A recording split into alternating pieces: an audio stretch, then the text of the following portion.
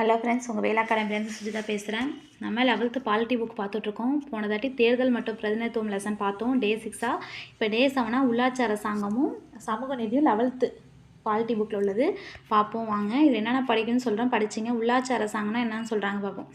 இப்போ மத்திய அரசாங்கம், மாநில அரசாங்கம் நமக்கு தெரியும். உள்ளாட்சி அரசாங்கம்னா கிராமங்கள், பஞ்சாயத்து, மாவட்ட பஞ்சாயத்து இதெல்லாம் சேர்ந்தது தான் ஊராட்சி. ஓகேவா? அதான் சொல்லுவாங்க. உள்ளாட்சி அரசாங்கம்னா என்ன அப்படிங்கிறத பார்த்துக்கலாம் வாங்க. இதெல்லாம் சும்மா ஒரு கிளான்ஸ் மட்டும் படிச்சிங்க. இதில் முக்கியம் கிடையாது. இதை கொடுத்துருக்காங்க பாருங்கள். உள்ளாட்சி அரசாங்கம் நகரமாக பிரிக்கிறாங்க, கிராமப்புறமாக பிரிக்கிறாங்க.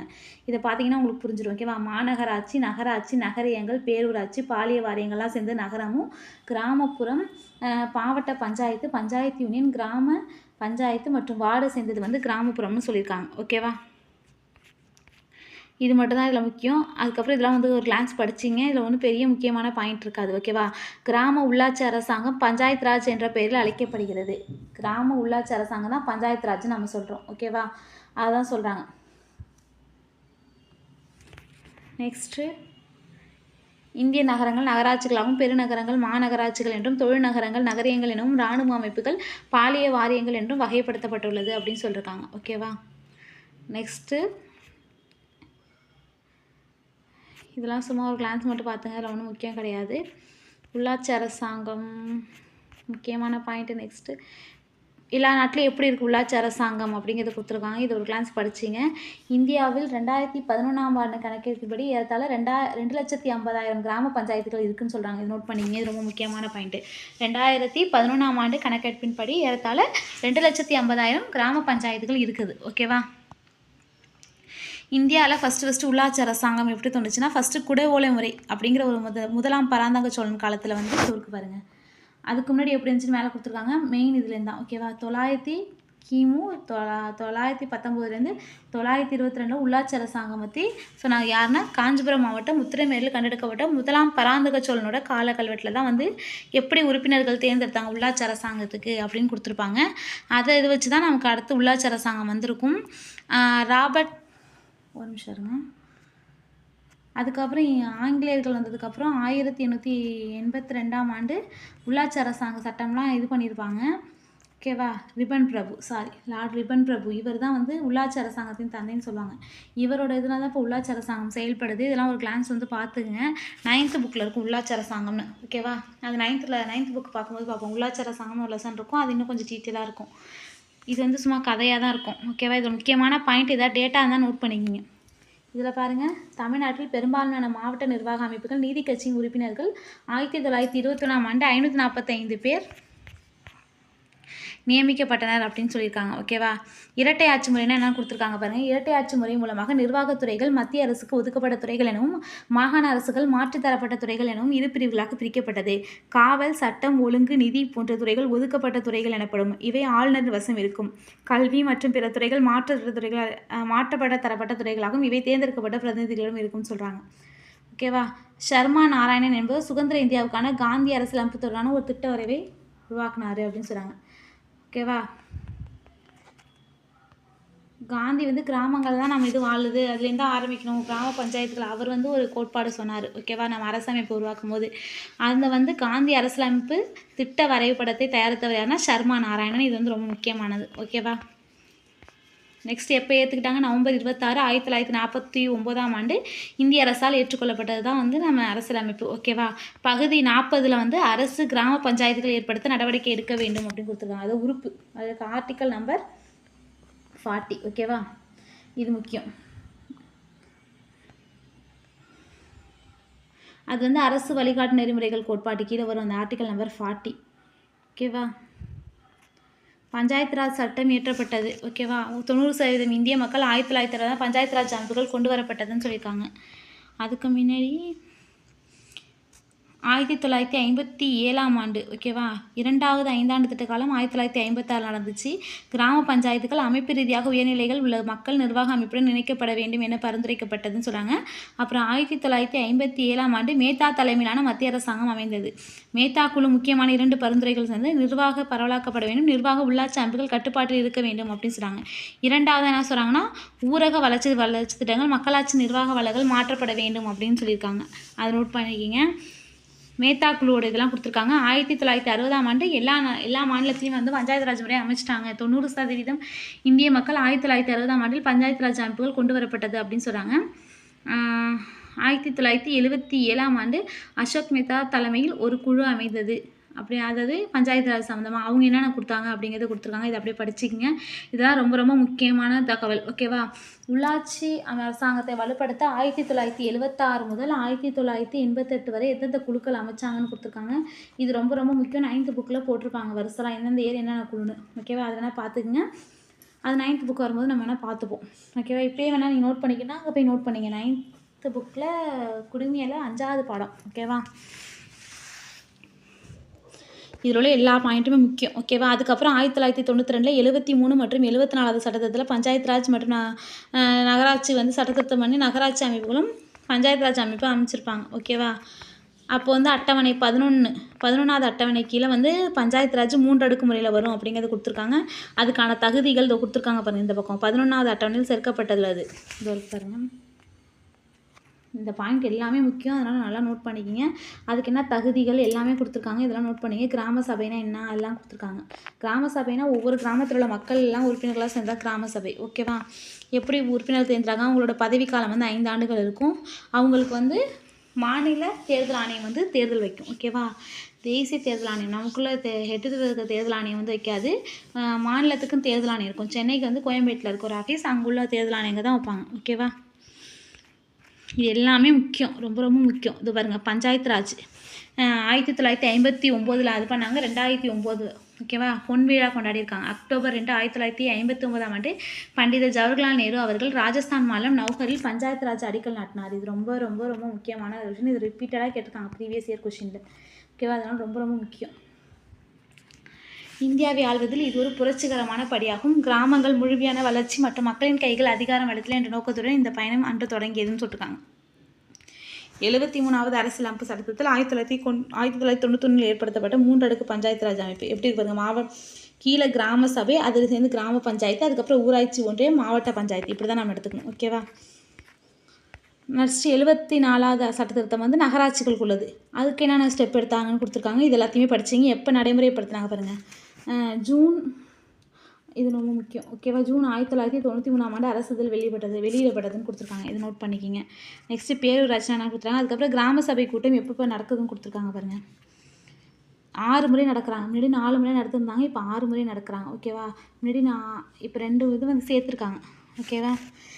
26 குடியரசு தினம், மார்ச் 22 உலக தண்ணீர் தினம், மே 1 உழைப்பாளர் தினம், ஆகஸ்ட் 15 சுதந்திர தினம், அக்டோபர் 2 காந்தி ஜெயந்தி, நவம்பர் 1 உள்ளாட்சி தினம். இதில் நவம்பர் 1 உலக தண்ணீர் தினம் மார்ச் 22 மட்டும் சேர்த்துருக்காங்க. நோட் பண்ணிக்கிங்க. புதுசாக சேர்த்துருக்காங்க. இதுக்கு முன்னாடி 4 தான் இருந்துச்சு. இப்போலாம் வந்து 6 தாட்டி நடக்குது கிராம சபை கூட்டம்.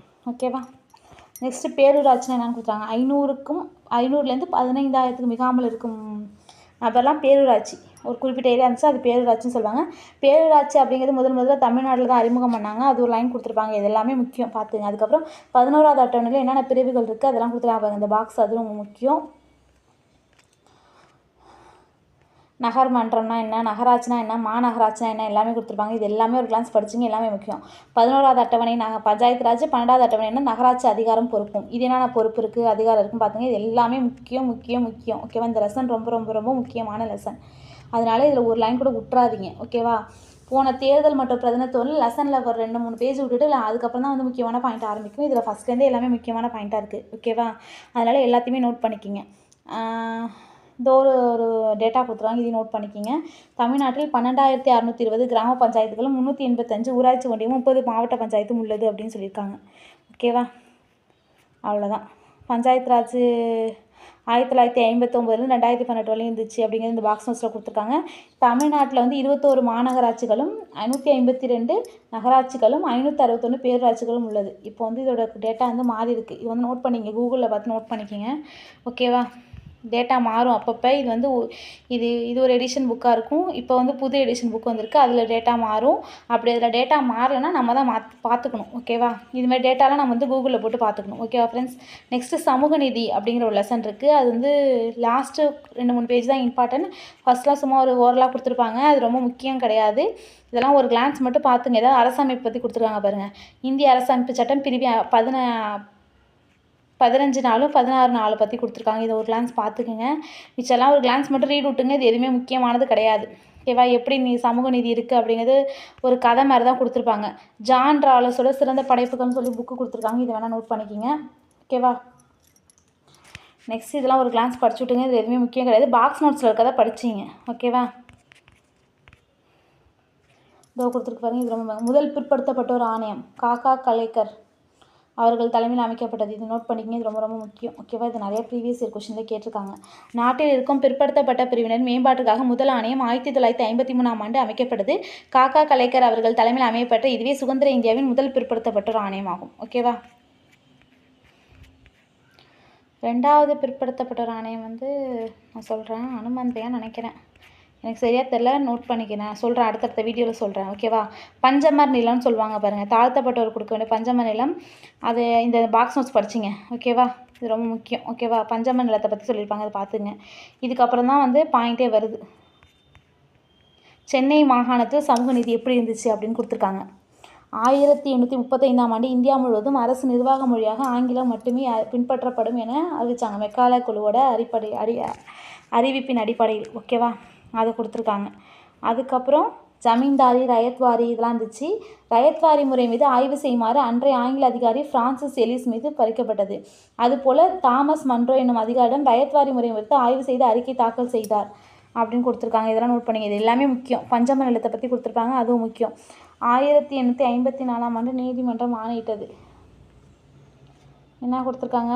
தாழ்த்தப்பட்டோர் பள்ளிகளில் சேர்கிறதுக்கு எதிர்த்தவங்களுக்கு முன்னாடி சேரணும் அப்படின்னு சொல்லியிருப்பாங்க. இது படிச்சிங்க.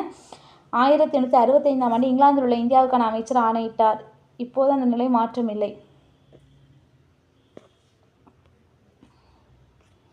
இதெல்லாம் ஒரு கிளாஸ் படிச்சிங்க. இதில் ஒன்றும் பெருசாக ஒன்றும் இல்லை.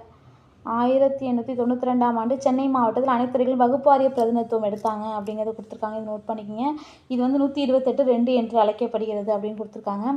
அதுக்கப்புறம் ஒடுக்கப்பட்டவருக்காக போராட்டினவங்க யாருன்னா மகாராஷ்டிராவை சேர்ந்த மகாத்மா ஜோதிராவ் புலே மற்றும் அவரோட மனைவியான சாவித்ரிபாய் புலேயும் முயற்சி பண்ணாங்க. அப்படின்னா நீதி கட்சின்னு அப்படின்னு ஆரம்பிக்கிறாங்க.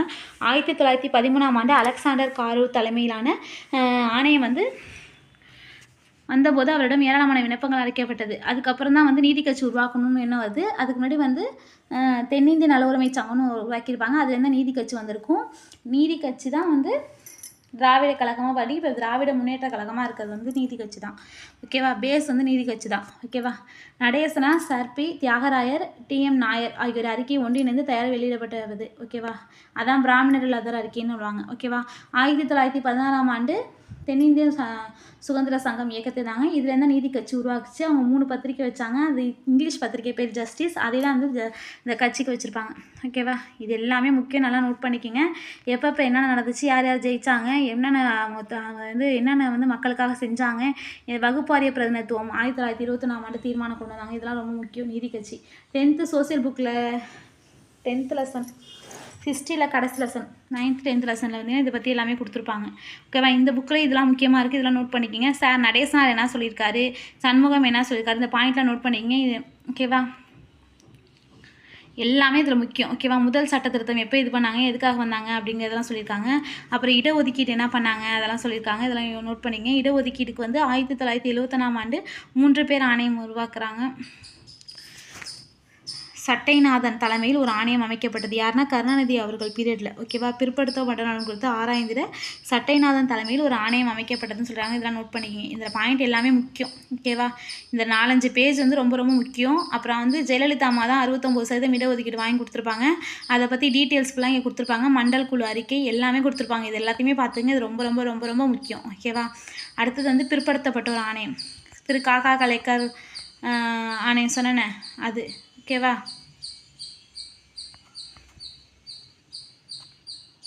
அடுத்த மண்டல் ஆணையம் 1979ஆம் ஆண்டு வச்சுருப்பாங்க. 1990ஆம் ஆண்டு அவங்க தாக்கல் பண்ணியிருப்பாங்க. ஓகேவா?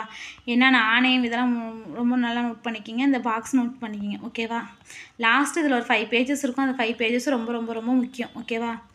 சென்னை மாகாணத்தில் சமூக நீதின்னு இருக்குது பார்த்தீங்களா? 13.9. இதுலேருந்து லாஸ்ட் பேஜ் வரையும் நல்லா படிச்சுங்க. அதில் உள்ள ஒவ்வொரு பாயிண்ட் முக்கியம். ஓகேவா?